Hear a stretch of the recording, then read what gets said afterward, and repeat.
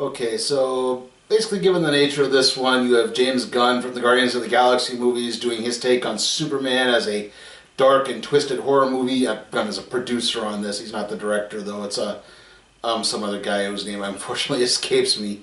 But his brothers also co-wrote this. So yeah, you could definitely tell like this is definitely his stamp on a Superman-like character. I'm going to give my overall thoughts on the film, and then we're going to do a big spoiler section like I usually do with the comic book stuff. So, okay. Unfortunately, I have to give Brightburn a D.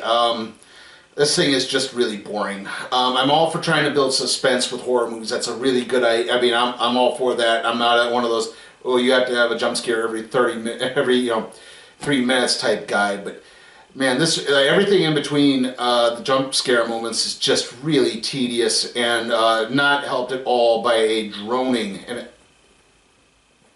sorry, not helped at all by a droning score. It's just basically all of the big set pieces are in the trailer. If you've seen the trailer, you've seen the only really good parts of the movie outside of the performances of Elizabeth Banks and David Denman as the parents in this. There's a little bit of a deeper meaning in this, and an ending that kind of sequel baits a little bit, an idea for an evil Justice League, but unfortunately that's really just about it. This is just a really big disappointment.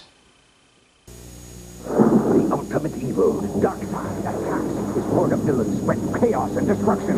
But now they face Earth's mightiest heroes. The Superpowers Collection explodes into battle. Egad, parademons with Hawkman in a holding pattern? Who will save him? We will! It's Firestorm, Dr. Fate, and Green Lantern, part of Kenner's Superpowers Collection. Vehicle and figures with power action, each sold separately. Darkseid, it's ours. Brainwash them. Mantis, use your power action. Who will save them now? Superman! How will Superman save his fallen friends? You decide. Okay, so like I said before, this is What If Superman, but horror movie, basically. Elizabeth Banks and David Denman play a married couple, Kyle and Tori Breyer, who are trying to have a kid. They're married in 2006. Like I said, they're sort of struggling and trying to conceive, and then they get this blessing in the form of a meteor or some type of spacecraft crashing in their backyard containing a 2-year-old boy. We then jump ahead 12 years, and the boy, who's named Brandon, is starting to come of age. He's developing odd bits, like, even the father, Kyle, admits, like, David's never gotten sick, he's never cut himself, he's never gotten bruised. It just sort of seems a little weird sometimes. And they also sort of piece together some things. I mean, he's drawing this weird symbol, and he's also looking up pictures of, well, not only scantily clad women, but also vivisected corpses. And they're sort of thinking like, oh, this is maybe puberty and him trying to explore his body, and that leads to David giving him a very, very terrible sex talk. That's the only way I could describe it. It's possibly the worst sex talk short of just actually explaining sex without any context. And as this is happening, basically, Brandon tries to make an overture to a young woman, to a girl he clearly has a crush on. She rebuffs his advances, and he breaks her hand. And kind of from all of this, he begins to piece together his actual origin. He learns eventually that he was found in this spacecraft. The spacecraft is also sort of talking to him in his sleep in this tongue that he doesn't quite understand, but as he begins to lash out at the world, he suddenly pieces together the spacecraft is telling him to take over. And he then goes after the mother of the girl who rebuffed his advances. He then goes after his aunt and uncle. His aunt is a counselor at the school, and his uncle, this is his uncle, I guess. And then he begins to go after more and more. Eventually he kills his father, and then, well, I'll get to that. But, unfortunately, we don't really get a motivation as to why this is happening. Is it part of his race? Is it part, early on there's an allusion to brood parasites, in particular a species of wasp that lays its eggs in other wasp colonies, so the wasp colonies basically raise those baby wasps that aren't their own. And that's about it. Exactly. Unfortunately, that's about all the way of explanation we get. We get a little, again, get a little bit in this language. Like, again, he eventually discerns that the ship is to giving him the message to conquer the world. But again, we don't really get anything. It's just to build up to the next scene where he kills somebody. And he also carves the symbol, and the symbol, it turns out, is actually like an inverted, his inverted initials, basically. It's kind of a boxy B, and then another boxy B with a line through it. And it's like, oh, if you look at it this way, it just looks like a symbol. If you look at it this way, it says BB, Brandon Breyer. So like I said, authorities kind of start to piece together something might be up with him.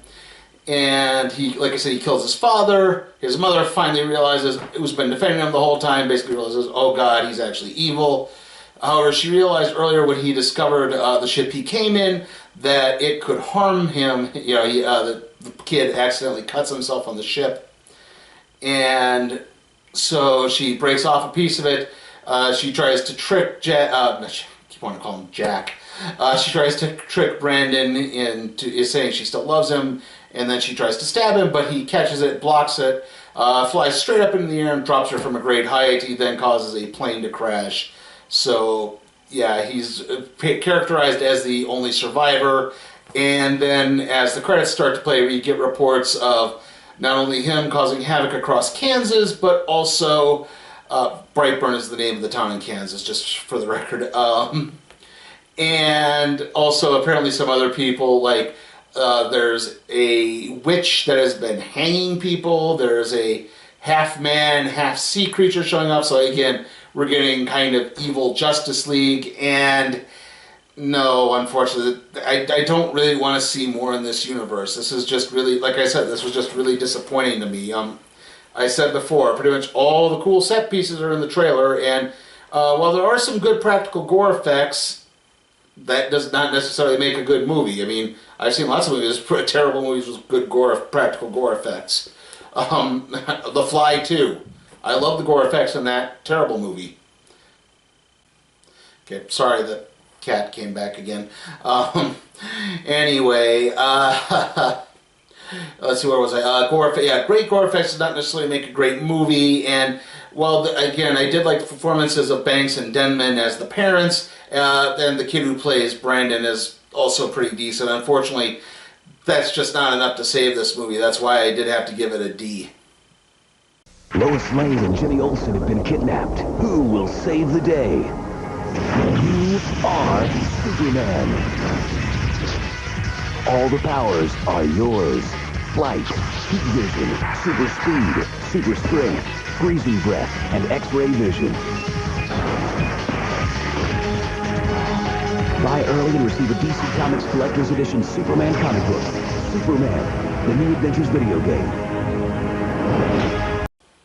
Okay, trailer time, and unfortunately we really don't have anything new here. We had Star Wars Rise of Skywalker, Crawl, that's the alligator movie of the alligators in the hurricane. Dark Phoenix again, Ma again, that's Octavia Spencer as the crazy woman who lets teenagers throw keggers in her basement. Annabelle Comes Home, Men in Black International, and then rounding things off we had Once Upon a Time in Hollywood. This was the Red Band trailer, but I'm not entirely, I think there's only been Red Band trailers for this. I can't really remember. Next movie is Godzilla King of the Monsters. Hopefully that'll be better. Then after that it's Secret Life of Pets 2. And then kind of surrounding the Secret Life of Pets 2 movie, we're going to have NXT TakeOver 25, and then the random trade review on the first volume of Saga. See you all next time.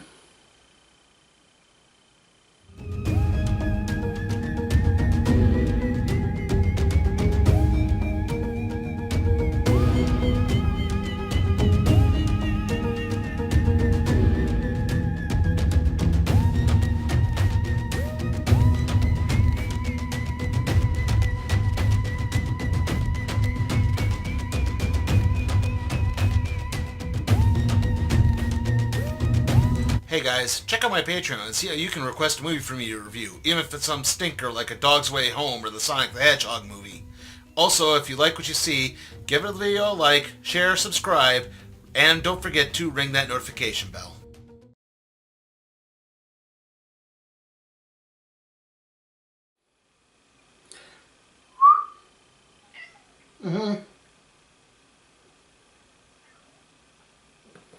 Quasimodo.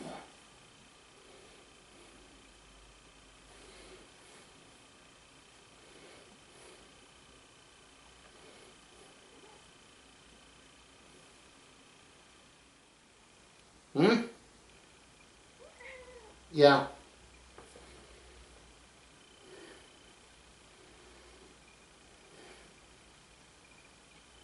Oh, sorry. Just lie down.